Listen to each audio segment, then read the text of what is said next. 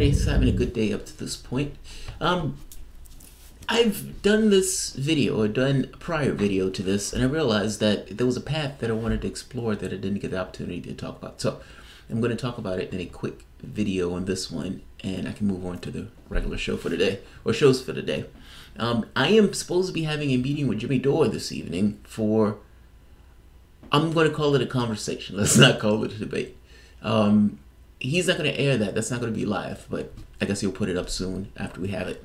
I'm going to try to get a portion of it for myself, be able to get a few questions in myself and air it for the audience.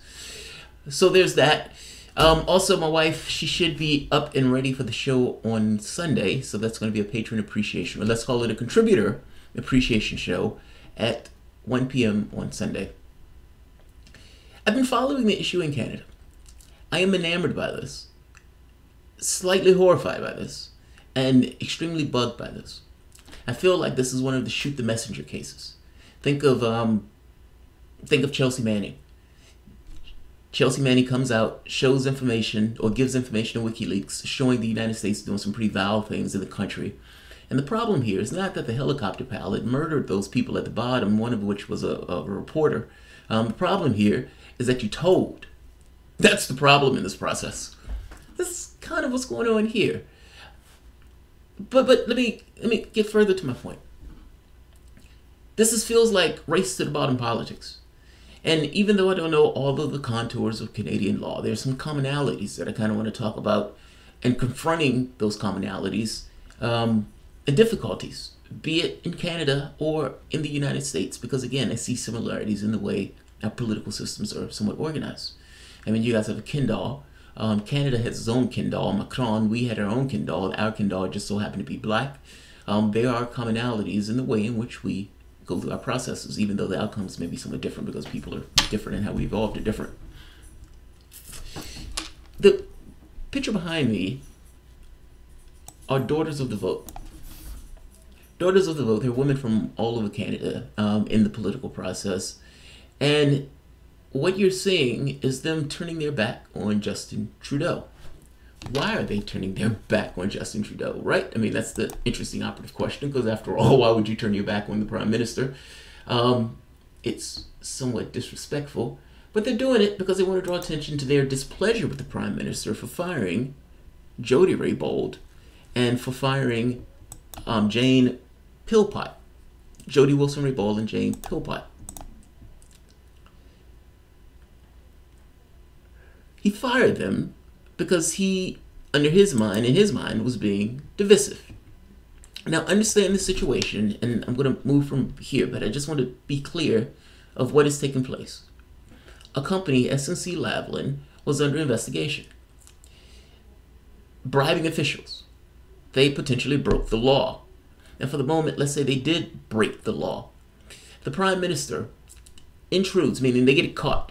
The Prime Minister tries to intrude into the justice system in order to get them to scuttle the case and get rid of it with a fine.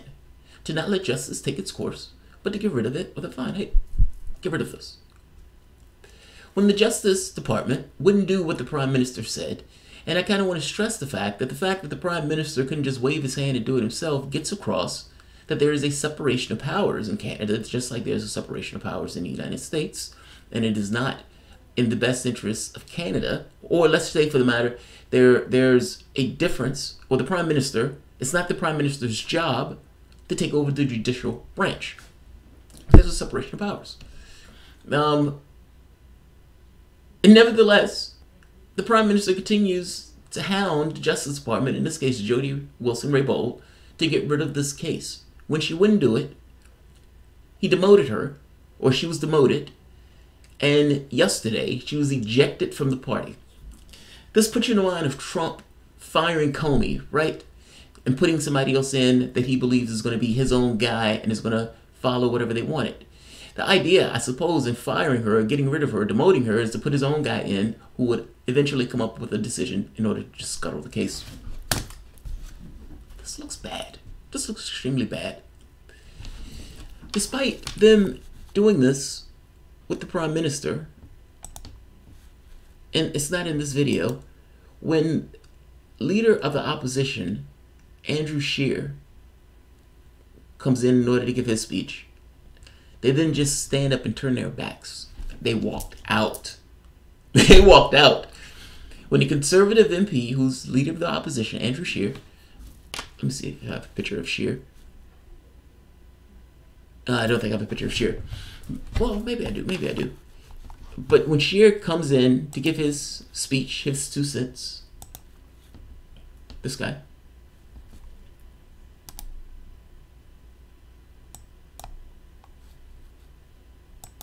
that's not what I want. Scheer, they walked out. The fact that they walked out gets across something pretty starkly right off the bat. They're called Daughters of the Vote. It's pretty clear what they're representing, what their interests are, you know, somewhat of a group for women and their political interests. And the fact that they're walking out also kind of gets something across that they're in opposition to, meaning if the core of who they are is for the most part this kind of support and representation of women, then the reason they're walking out is kind of clear. This guy is somewhat repugnant. At least that's the way they see him. He's the leader of the opposition, meaning the most likely person to win if Trudeau loses is this guy. And it's possible that Trudeau will lose, particularly with this political scandal, a scandal about which Trudeau is completely wrong on. He's completely wrong on. So what do? The Liberal Party is divided on this. Now, it's odd, I find it, that the Liberal Party is divided on this because Justin Trudeau is so wrong in this case in what he was doing. The guilty party here, the problem here is not Jody Wilson. The problem here is that the Prime Minister was doing something corrupt. He was aiding a company in its corruption. Not to mention, you realize that this allows companies to act with impunity if it's always going to get the Trudeau exception. And then do all companies get the Trudeau exception when it acts in this way? And if every company gets the Trudeau exception, why do you even have it as a law in the first place? This brings up certain problems. What is the incentive structure of companies if they can just bribe officials in other countries, particularly countries that are less economically developed? Are those incentives that you want to allow? This is problematic. Your Liberal Party has a corrupt core. And the infighting that is taking place in the Liberal Party, I will put to you, it's not a bad thing. How can it be a bad thing? You have some element of the party that is allowing corruption. And you have another element of the party that disagrees with the element that's allowing corruption. The element that's allowing corruption just so happens to be head of the party and is telling everybody, let's unite. We need to unite. We need to come together. There's other party that had that infighting. I understand I did something magnificent and corrupt, but it's more important that we're united than it is to deal with the fact that I'm doing something corrupt. The infighting should take place. But you understand and also grasp that the fact that you're infighting may create a situation by which you lose the next election. What is more important?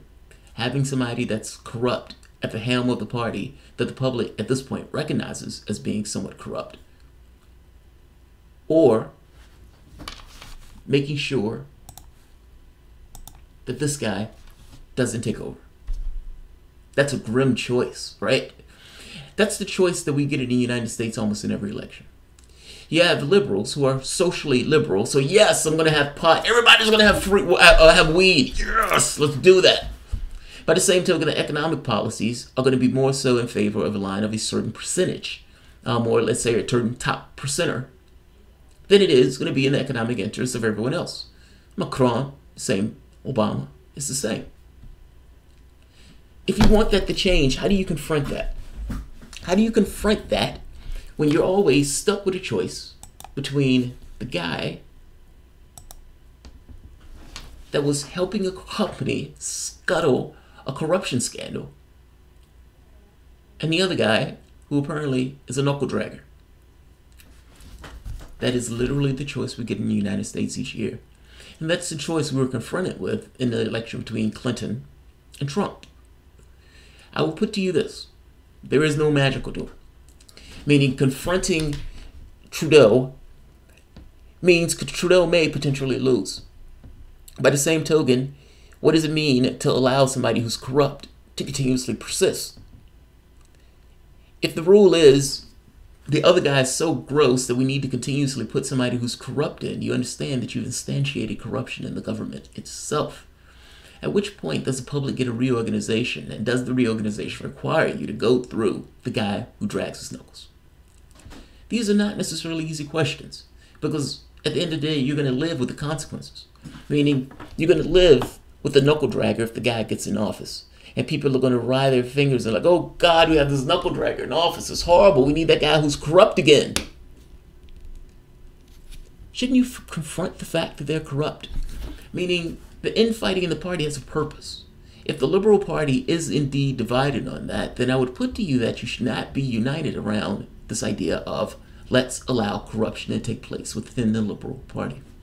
That is your problem. That is the thing that needs to be attacked. From the standpoint of the Democratic Party, I would make the same case. This idea of allowing Clinton to succeed was the worst option. And I would even go further. The conversations that you're having right now in the Democratic Party would have been impossible if Hillary Clinton would have won the next election. It's not necessarily great that Donald Trump is in office. By the same token, it does allow somewhat of a reorganization of priorities, whether the party wants to do it or not. The arguments that are taking place, the conversations that are taking place are things that would have never taken place before. And while it's true the leadership of the party hasn't changed, what's being thrown into the limelight, there are things that are they don't have a choice in but to move on, if that makes sense. Like the arguments that are taking place and the people who are running in these elections are to some degree a reflection on the fact that the conversation itself has changed. What's considered the norm has to some degree changed. I put to you that there is no magical door, whether you're talking about American politics or Canadian politics, but corruption needs to be confronted and it should not be allowed. And this notion that there is some conflict on who's right and who's wrong in this issue is problematic. I'm just saying, it's not an easy thing, and there is no easy way out. And yes, I understand that the option is going to be between Trudeau and the guy who apparently drags his knuckles that they couldn't even stand to be in the same room with. But the difficulty of this is for that very reason, that it does boil down to this thing of how do you confront? I guess you can say neoliberalism, when there are elements of this that are good. And there are elements of it that, allow corruption. And your only option in this case is the knuckle dragger. It's a no way out. It's a no-win situation. And my only suggestion here is not to allow corruption. So, if that means Trudeau fails, there's a possibility you get a reorganization of your party's priorities in you can say the desert of the real, or put the guy that's corrupt back in office. There are no easy options. I want to end it here. I have another video immediately after this, just watching this, and I'm looking at this and I'm like, they're in our same situation. You vote Clinton, the guy that cheated Bernie Sanders, the one that had no issue blowing past FEC regulations, which he was raising money during the campaign trail, essentially laundering money, and not to mention the email thing, the charity thing, essentially it's a slush fund. Do you put that person in, or do you put in Donald Trump? No win scenario. At some point, you have to face the bully, though, and the bully in this case is this kind of hostage scenario of you either choose me or the country gets it. The country in this case is the Andrew Scheer who's running for office. You either vote me in or the country gets it. Same scenario. No change can take place under a situation of a hostage thing. I would make that point. And then, yeah, there's sometimes where the hostage is going to get shot. But you move on and you allow that opportunity for change. It's not that I want the other guy to win, But there is a question that needs to be asked in the Liberal Party of whether it's okay with corruption. And if you're standing by Trudeau on this, the answer to that question is yes, the party matters more than whether or not we're corrupt. I'm making the point that that's a problem that needs to be fixed. Trudeau needs to be sacked, and you need to run somebody else who gets to the root of this idea of corruption and go after that politically. Otherwise, the country is going to look at you as the party of corruption. And I put to you that idea or that opinion is already beginning to take hold. And on this here. Thanks all. I'll see you probably in about 10-15 minutes. I have another story on Julian Assange that I want to get out. Thanks everyone.